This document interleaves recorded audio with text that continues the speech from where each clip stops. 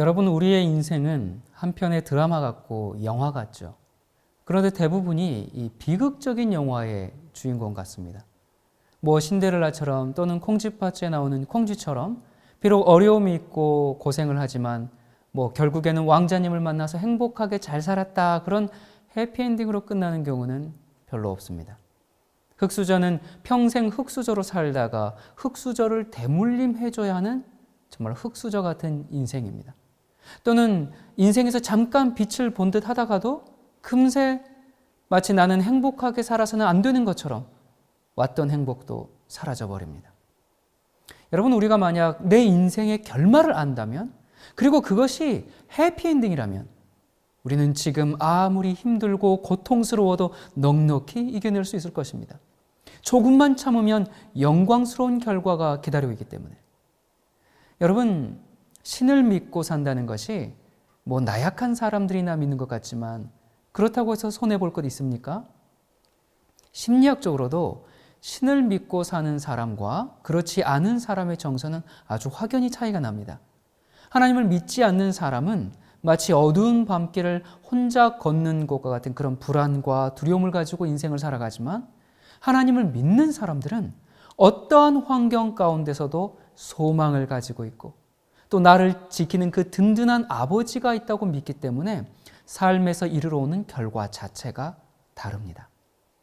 여러분, 하는 일마다 되지가 않고 외롭고 쓸쓸하고 주변엔 미운 사람뿐이고 또 나를 미워하는 사람들도 많고 인간관계는 꼬여만 가고 스트레스는 쌓이고, 아니 왜 나는 이 모양인데 내가 싫어하는 저 사람은 저렇게 잘 될까? 그런 걸 보면 또 감정은 더욱 우울해지고 행복하지가 않아요. 그런데 여러분, 만약에 하는 일마다 잘 되면 행복할까요?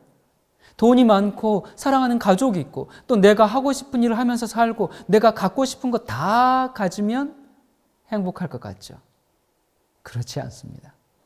끝없는 허무함과 공허함이 내 행복을 앗아가 버립니다. 모든 인간은 하나님만이 채울 수 있는 공간이 있습니다.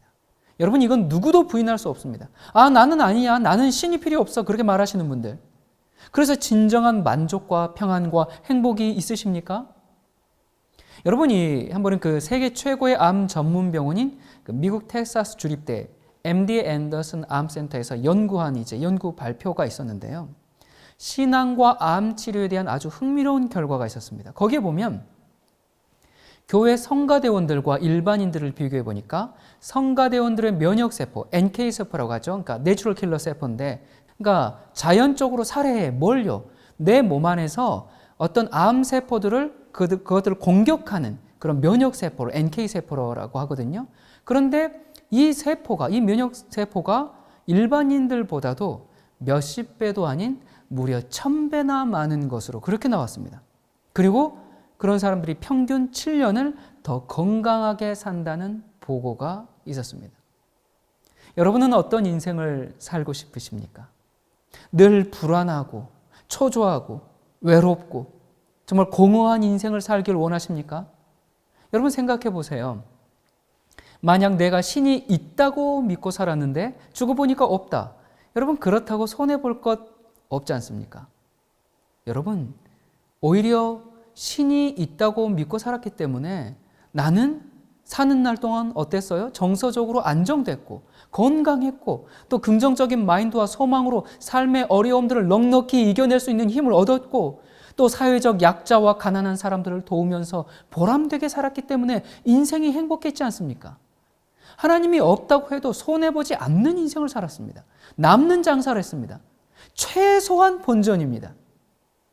여러분, 그런데 하나님이 없다고 믿고 살았는데 죽고 보니 하나님이 계시다면 이만저만한 손해가 아닙니다. 이건 경제학적으로, 수학적으로도 하나님을 믿고 사는 것이 투자 가치가 훨씬 높은 것입니다. 여러분이 많은 사람들이 확실한 보장이 없는 그런 주식 같은 것에는 그렇게 투자를 하면서 정말 진짜 대박이고 절대 손해보지 않는 그런 신앙에 대해서는 왜 그리 무관심합니까? 여러분, 기독교를 싫어하는 많은 사람들의 이 공통적인 이야기가 왜 그러냐면, 하나님을 믿고 산다고 하는 사람들이 도덕적으로 더 타락하고 더 이기적이다. 그래서 나는 하나님이 싫다. 하나님 믿지 않는다. 그렇게 얘기하는데 여러분 아무리 기독교인들이 그렇다고 하나님까지 부인하는 것은 너무 큰 모험 아닙니까? 생명이, 우주가 그저 우연히 태어났다가 그냥 죽고 마는 인생이라는 그런 허무주의를 안고 있는 것보다 이왕이면 인간으로서 인간답게 제대로 한번 살아봐야 하지 않겠습니까? 여러분 우리는 소설이든 드라마든 주인공이 모든 것이 다 잘 풀려가지고 행복하게 살기를 바랍니다. 그렇죠? 혹시 주인공이 병에 걸려서 죽게 되는 결말이다라는 것이 이제 작가에 의해서 어떻게 조금 소식이 나오게 되면 어떻게 해요? 사람들은 막 작가에게 항의를 하죠. 그래서 막 결말을 바꾸도록 요청합니다. 여러분 그게 인간의 마음입니다. 왜 그래요? 그 주인공의 삶에서 대신 만족하고 거기에서 희망을 발견하고 싶기 때문에 그렇습니다. 여러분 우리가 하나의 드라마도 해피엔딩으로 맞춰지기를 그렇게 간절히 바라면서 정작 내 인생을 해피엔딩으로 만드는 데는 왜 그렇게 신경 쓰지 않으십니까? 그 주인공이 행복하게 잘 살기를 바라는 것처럼 왜 내 인생이 그렇게 되기를 간절히 원하지 않으십니까? 원하신다고요? 아니요, 원치 않습니다. 여러분들이 정말 원한다면 지금 그렇게 살 리가 없기 때문에 그렇습니다. 여러분 1800년대 중반에 미국에서 영향력을 떨치던 필립 브루스 목사님이 이제 임종을 앞두고 있을 때였습니다.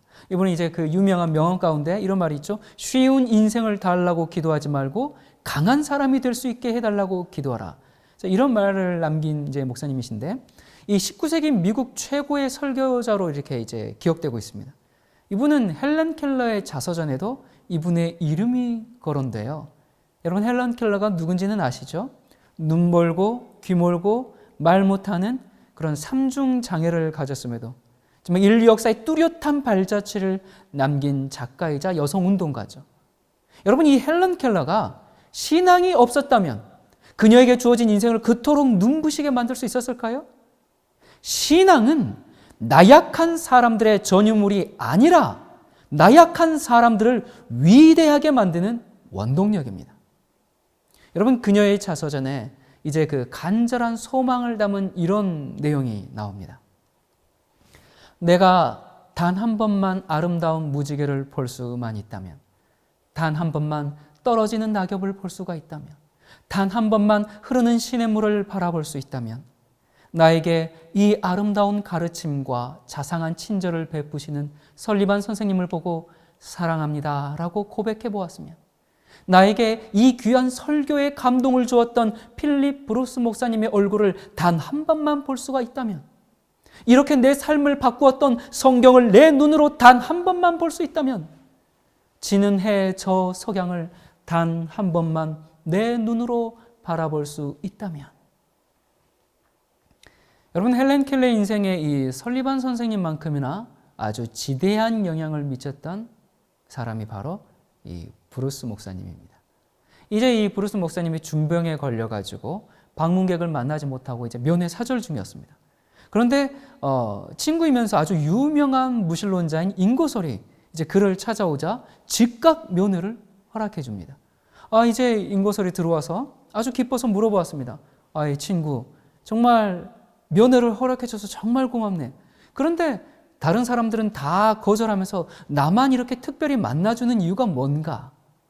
그러자 이 브루스 목사님은 인고설을 아주 측은한 눈빛으로 바라보면서 이렇게 말했습니다. 이유는 간단하다네. 다른 친구들은 다 신앙을 가지고 있으니 하늘에서 만날 수 있을 것 같은 확신이 있는데 자네를 보는 것은 이것이 마지막일 것 같아서 말일세. 여러분 인고설은 공개적으로 하나님을 비방하고 도전하던 사람이었습니다.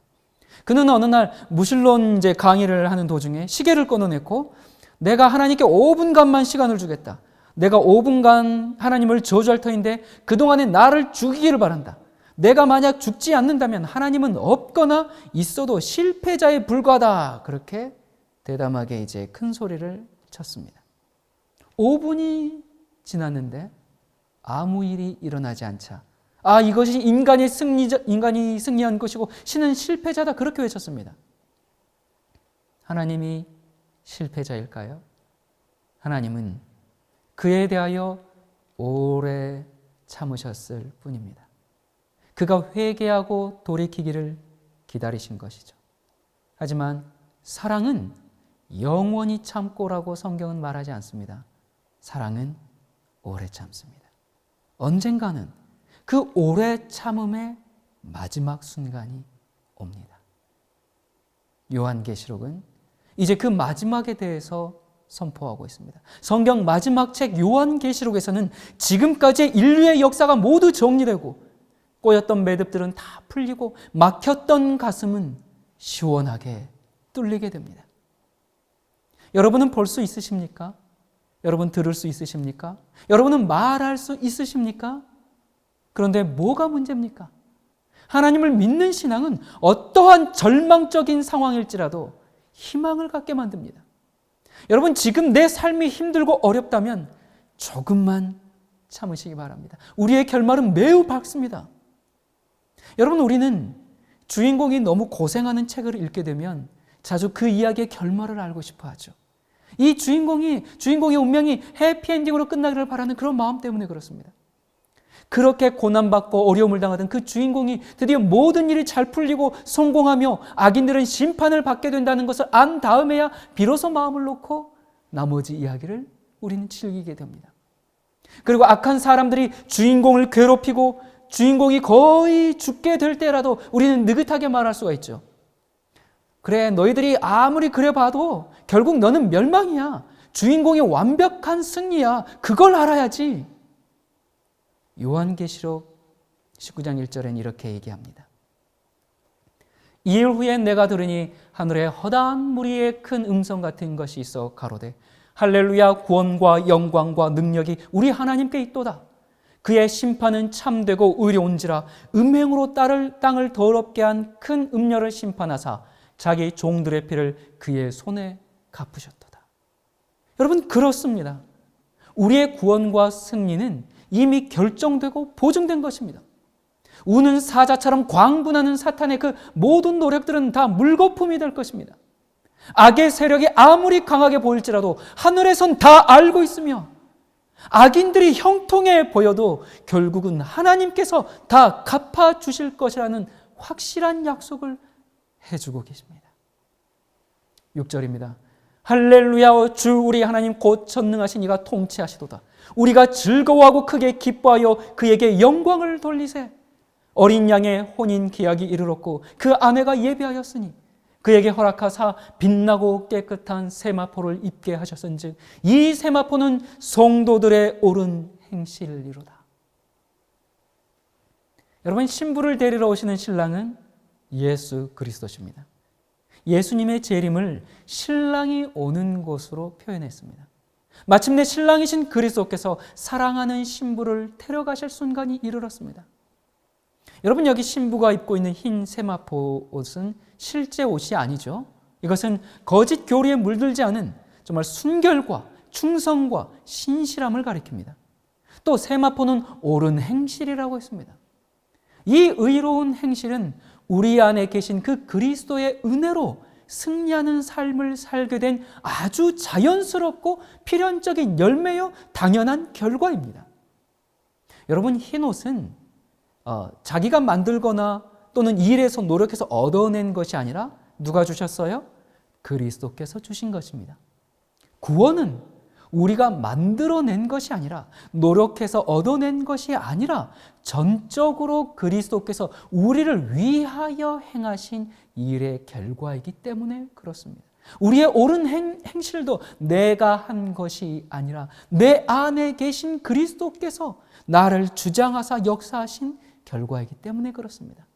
그래서 이사야도 이렇게 말했습니다. 내가 여호와로 인하여 크게 기뻐하며 내 영혼이 나의 하나님으로 인하여 즐거워하리니 이는 그가 구원의 옷으로 내게 입히시며 의의 겉옷으로 내게 더하심이 신랑이 사모를 쓰며 신부가 자기 보물로 단장함 같게 하셨습니다. 구원의 옷과 의로운 행위가 구원받은 자들에게 허락된 것은 하나님에 의해서지 인간들의 노력에 의해서 된 것이 아니죠. 계속 갑니다. 천사가 내게 말하기를 기록하라. 어린 양의 혼인잔치에 청함을 입은 자들이 복이 있도다. 여러분, 예수님께서 이 땅에 계실 때 제자들과 최후의 만찬에서 무슨 말씀하셨습니까? 마태복음 26장에 보면 이런 말씀하셨죠. 너희에게 이르노니 내가 포도나무에서 난 것을 이제부터 내 아버지의 나라에서 새 것으로 너희와 함께 마시는 날까지 마시지 아니하리라. 여러분, 계시록 19장에 바로 이 어린 양의 혼인잔치가 바로 이 예수님께서 하신 이 약속의 성취입니다. 드디어 제자들과 함께 다시 만나서 잔치를 벌이는 그 장면입니다. 여러분, 사도 요한은 비록 하나님의 백성들이 고난과 고통을 당할지라도 어린 양의 혼인잔치에 초청되었기 때문에 그 사람들은 정말 복받은 자들이다, 그것을 우리에게 일깨워주고 있습니다. 우리가 하늘의 혼인잔치에 참여한다는 것은 얼마나 큰 기쁨과 영광이 될까요? 여러분, 우리는 모두 거기에 초청을 받았습니다. 그런데 너무나 많은 사람들이 세상 일에 분주한 나머지 그 하늘의 초청에 관심이 없이 살고 있습니다. 11절입니다. 또 내가 하늘이 열린 것을 보니 백마와 탄 자가 있으니 그 이름은 충신과 진실이라. 그가 공의로 심판하며 싸우더라. 또 그가 피 뿌린 옷을 입었는데 그 이름은 하나님의 말씀이라 칭하더라. 그 옷과 그 다리에 이름을 쓴 것이 있으니 만왕의 왕이요 만주의 주라 하였더라. 여러분, 여기에 보니까 예수님의 이름이 몇 가지로 소개가 되고 있습니까? 5가지. 신실하신 분, 진실하신 분, 하나님의 말씀, 만왕의 왕, 만주의 주, 그런 이름표를 지금 가슴에 부착하고 있는 것입니다. 여러분, 예수님은 약속을 어기느니 차라리 죽음을 택하려는 우리의 친구이시기 때문에 우리는 완전히 믿을 수 있고, 전적으로 참된 분이시고, 의인의 억울함을 해결해 주시는 공의로운 왕이시고, 우리를 돌보시는 주님이십니다.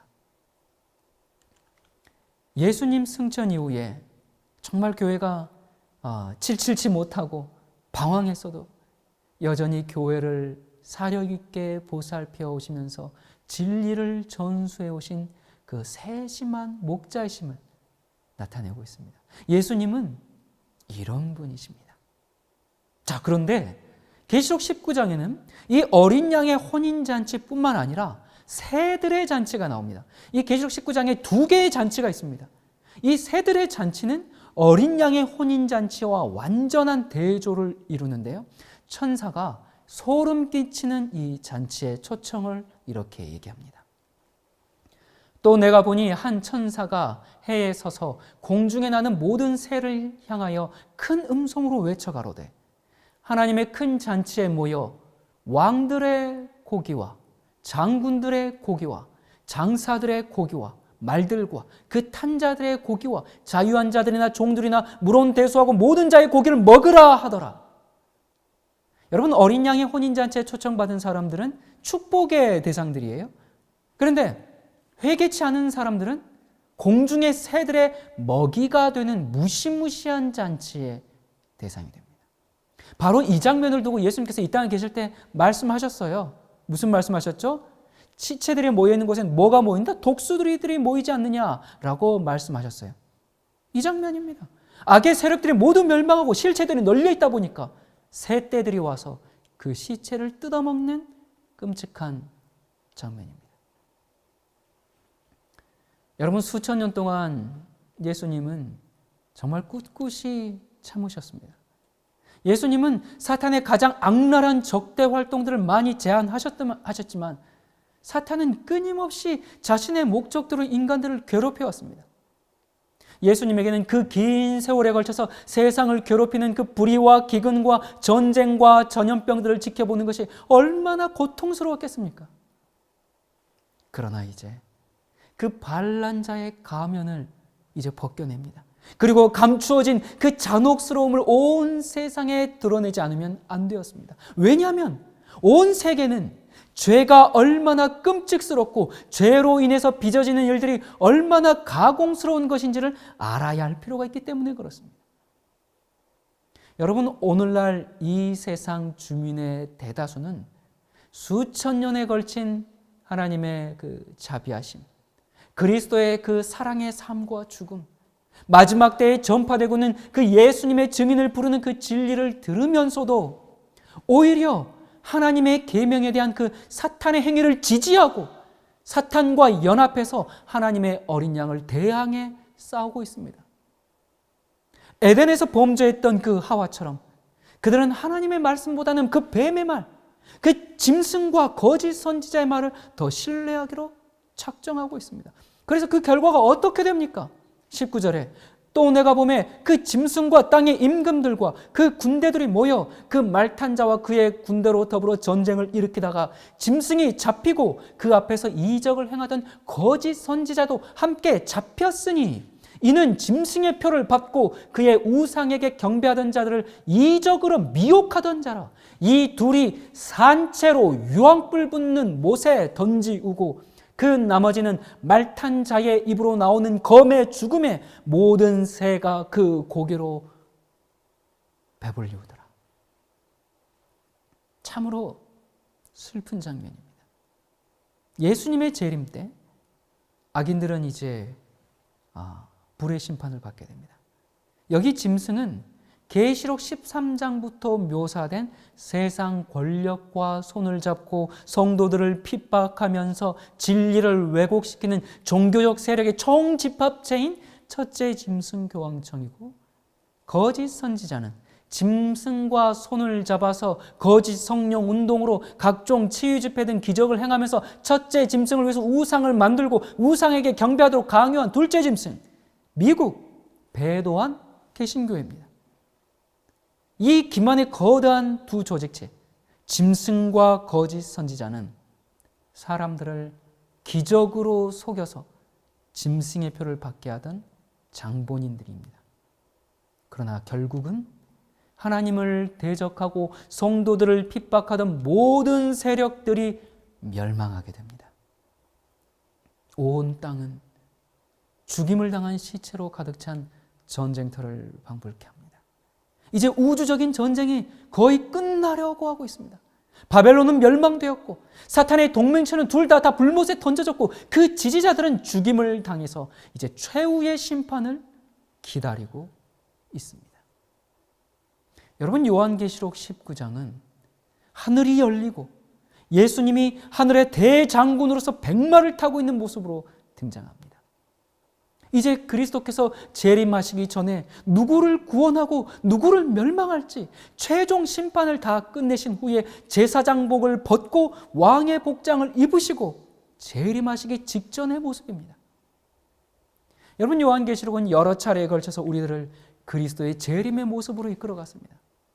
계시록 1장에서는 예수님이 구름을 타고 오실 것이라고 말했습니다. 각 사람의 눈이 그를 볼 것이라고 약속했습니다.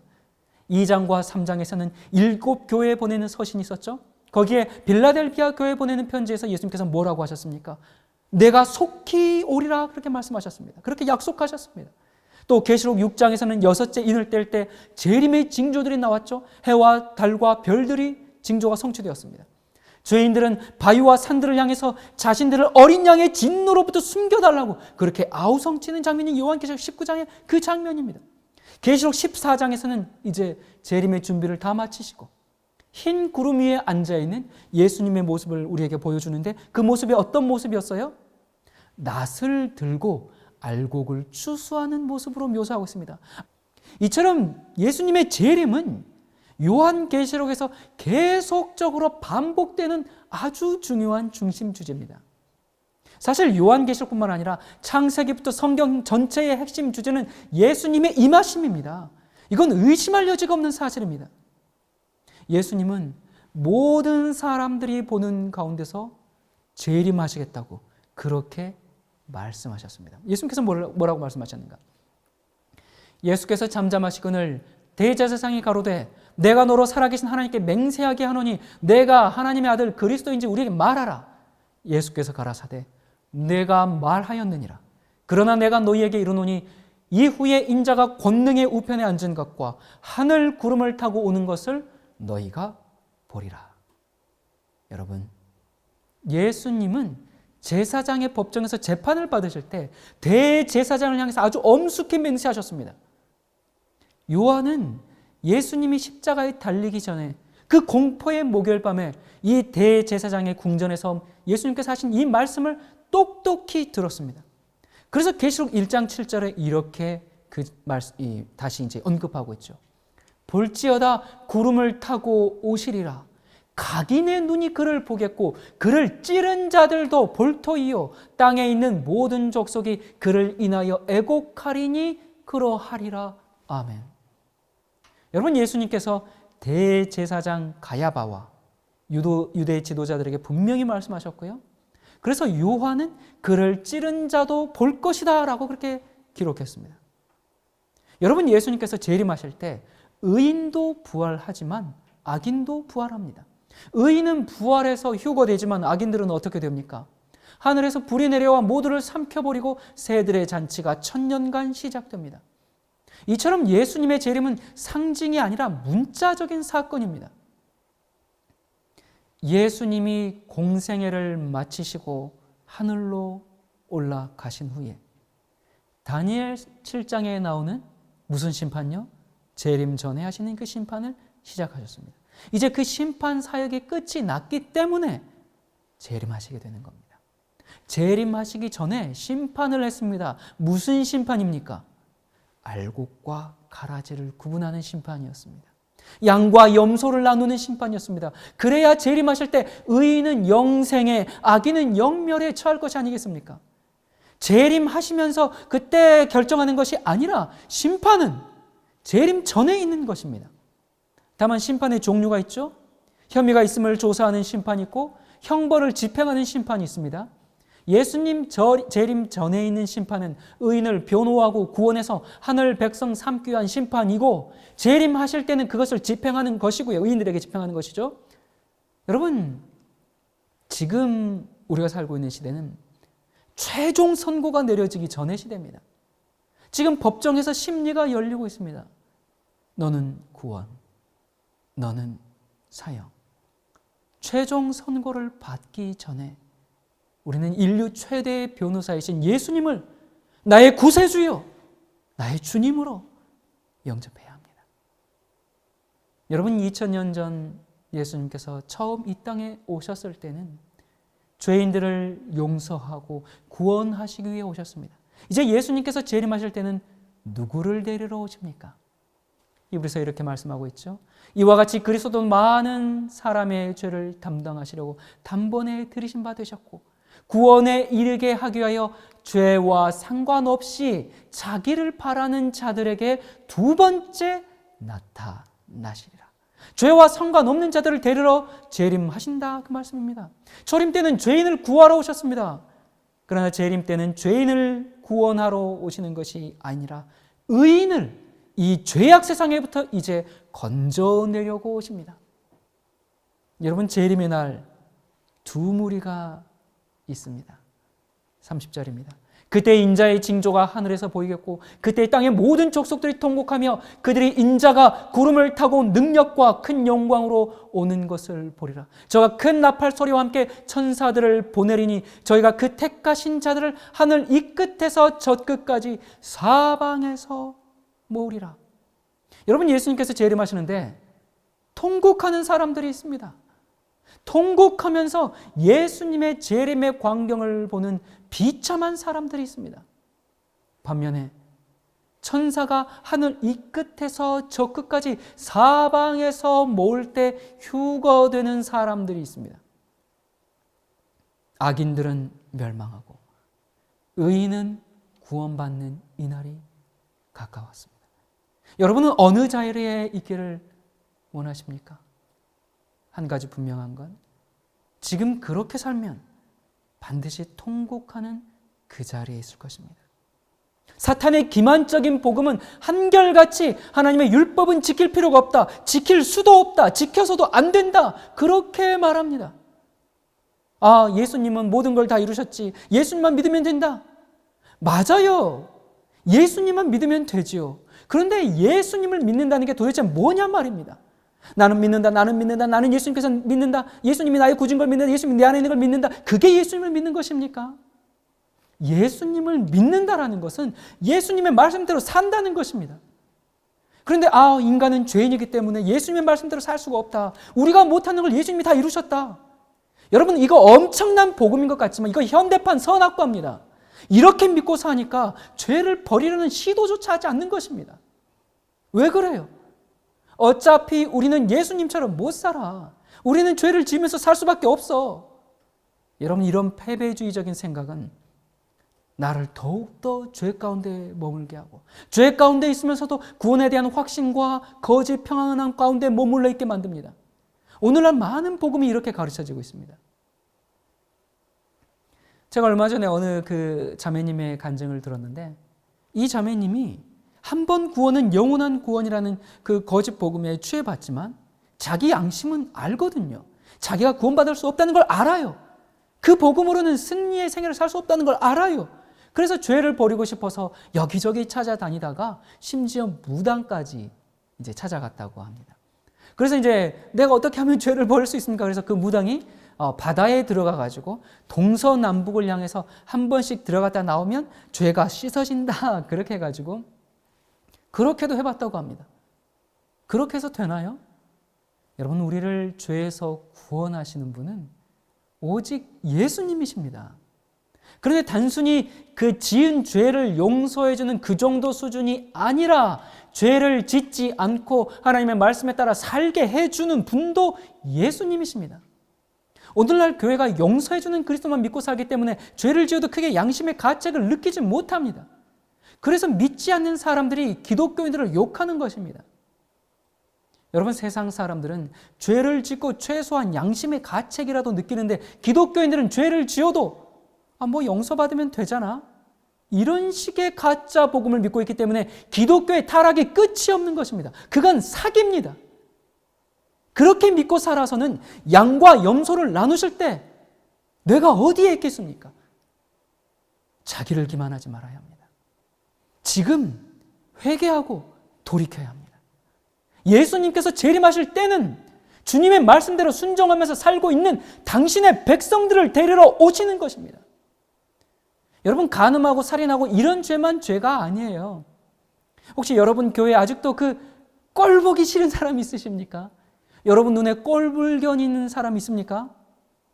아니, 저 사람 쥐뿔도 없으면서 왜 저리 나대? 혹시 그럼 마음의 동기가 괜한 열등감과 질투심에서 나온 것은 아닙니까? 여러분, 한 가지 분명한 사실은 여러분이 교회에서 보기 싫은 어떤 사람이 있다면 둘 중 하나는 천국에 못 가겠죠? 그 사람이 못 가든지 아니면 내가 못 가든지. 그런데 못 갈 가망성이 더 큰 사람이 누군지 아십니까? 지금 내 눈에 꼴 보기 싫은 사람이 있는데 그 사람이 못 가는 겁니다. 그 꼴 보기 싫은 사람 하늘 가서 만나면 얼마나 불편하겠어요. 그런데 오늘날 교회에서는 어떻게 가르칩니까? 죄가 있든 말든 너도 구원 나도 구원 모두 구원이다 보니까 교회가 맨날 싸우고 지지고 볶고 파가 나뉘고 질투와 이기심과 불륜과 돈을 사랑함과 그런 죄악의 온상이 되고 있는 것입니다. 왜 그렇다고요? 너무 값싼 구원 때문에 그렇습니다. 처음에는 그게 감동적일지 몰라도 그러한 복음은 사람을 변화시키지 못합니다. 자, 누가복음 21장의 27절에 보면 그때의 사람들이 인자가 구름을 타고 능력과 큰 영광으로 오는 것을 보리라. 여러분, 예수님께서 참 이런 약속을 해주셨는데 그래서 인류 역사상 많은 사람들이 이 예수님의 재림을 볼 것이라고 생각했지만 이 약속은 먼 미래의 후손들의 것이 되었습니다. 예수님께서 승천하시고 2000년이 지난 오늘 이 약속은 우리의 것입니다. 성경의 약속과 모든 예언의 성취가 우리가 사는 시대에 완성되는 것입니다. 이 얼마나 놀라운 특권이고 얼마나 감격적인 일입니까? 말씀하십니다. 보라, 내가 너희에게 비밀을 말하노니 우리가 다 잠잘 것이 아니요 마지막 나팔에 순식간에 홀연히 다 변화하리니 나팔 소리가 나매 죽은 자들이 썩지 아니할 것으로 다시 살고 우리도 변화하리라. 재림하시는 나팔 소리와 함께 우리의 몸이 불멸의 몸으로 변화될 것입니다. 아담의 키가 약 한 3m 정도로 추정하는데요, 우리의 몸도 하나님께서 인류를 처음 창조하셨을 때처럼 건장하고 가장 아름답고 가장 매력적인 몸의 상태로 변화될 것입니다. 여러분이 이 땅에 살 때 정말 살면서 날 때부터 소경이셨습니까? 참 제 주변에 시각장애인들이 참 많으세요. 여러분 계세요. 그런데 그분들이 정말 얼마나 말씀을 소원하고, 정말 목사님 제가 새벽 2시부터 일어나서 목사님 말씀 듣습니다. 그렇게 말씀으로 사는 그런 소경들, 그런 시각장애인들이 제 주변에 참 많습니다. 그러나 여러분 걱정하지 마십시오. 우리는 죄가 만든 모든 결과에서 떠나서 완전한 상태로 변화될 것입니다. 말씀하십니다. 주께서 호령과 천사장의 소리와 하나님의 나팔로 친히 하늘로 쫓아 강림하시리니 그리스도 안에서 죽은 자들이 먼저 일어나고 그 후에 우리 살아남은 자도 저희와 함께 구름 속으로 끌어올려 공중에서 주를 영접하게 하시리니 그리하여 우리가 항상 주와 함께 있으리라. 무덤 속에 잠자고 있던 이들이 하나님의 나팔 소리를 듣고 일어납니다. 여러분, 예수님의 재림 때 자꾸 나팔을 분다는 얘기가 자꾸 나와요. 왜 그런가? 여러분, 성경에서 7년마다 안식년이 있습니다. 그의 농사는 쉽니다. 땅을 쉬게 하고 노동자를 쉬게 합니다. 그리고 안식년이 7번 지나면 몇 년이에요? 49년째가 이제 안식년이고요. 그 다음 해를 뭐라고 합니까? 50년째를 희년이라고 합니다. 희년의 나팔을 붑니다. 대제사장이 나팔을 불면요, 이스라엘 모든 남자들이 그 소리를 듣고 동네마다 따라서 남자들이 불기 시작합니다. 그러면 이 소리가 점점 전국으로 퍼지면서 모든 동네, 모든 마을에 이 나팔 소리가 들리면 바로 그때 종살이하던 노예들이 빗자루 쓸다가 말고 그들의 집으로 돌아갑니다. 희년은 모든 종들의 해방입니다. 종에서 해방뿐만 아니라 잃어버린 땅도 되찾습니다. 아들은 부모에게, 아내는 남편에게, 부모는 자식에게 돌아갑니다.